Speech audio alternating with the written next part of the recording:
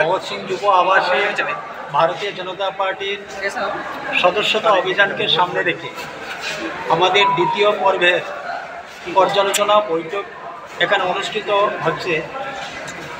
আমাদের মধ্যে এই বৈঠকে যিনি প্রধান অতিথি হিসেবে উপস্থিত আছেন সর্বভারতীয় সাধারণ সম্পাদক দূষণ কুমার গৌতমজি, এবং রয়েছেন আমাদের রাজ্যের মাননীয় রাজ্য সভাপতি তথা রাজ্যসভার সাংসদ রাজীব ভট্টাচার্য মহাশয়, রবীন্দ্র রাজুজি আসছেন আমাদের সংগঠন মন্ত্রী, এবং মাননীয় মুখ্যমন্ত্রী উনিও কিছুক্ষণের মধ্যেই আসবেন।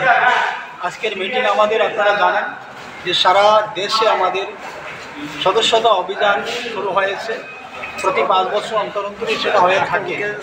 তো এই বছরও মানে 2024 সালের গত 2 তারিখে মাননীয় প্রধানমন্ত্রীজির হাত ধরে তার সূচনা হয়েছিল, এবং প্রথম পর্বে আমাদের 25 তারিখ পর্যন্ত মানে 25 সেপ্টেম্বর পর্যন্ত আমাদের ছিল।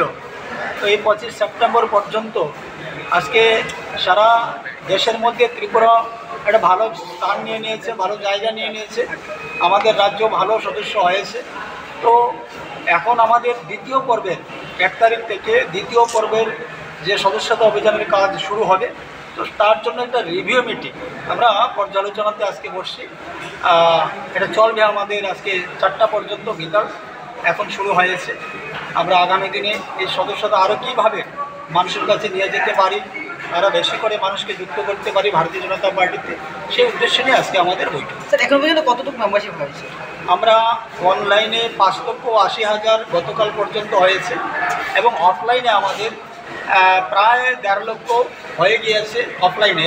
তো আগামী দিনে আমাদের অনলাইন অফলাইন আরও রয়েছে, আমাদের অনেক এলাকাই রয়েছে যেগুলোতে আমরা এখন পর্যন্ত গিয়ে পৌঁছতে পারিনি, বা যেখানে আমাদের ইন্টারনেটের অসুবিধা রয়েছে, যেখানে অনেকের হাতে হয়তো মোবাইল নেই। তো ওই সমস্ত অনেক ভারতীয় জনতা পার্টির শুভাকাঙ্ক্ষী, ভারতীয় জনতা পার্টির হিতাকাঙ্ক্ষী রয়েছেন, ওনাদের কাছে আমরা অফলাইন নিয়ে যাব। ওকে, থ্যাংক ইউ।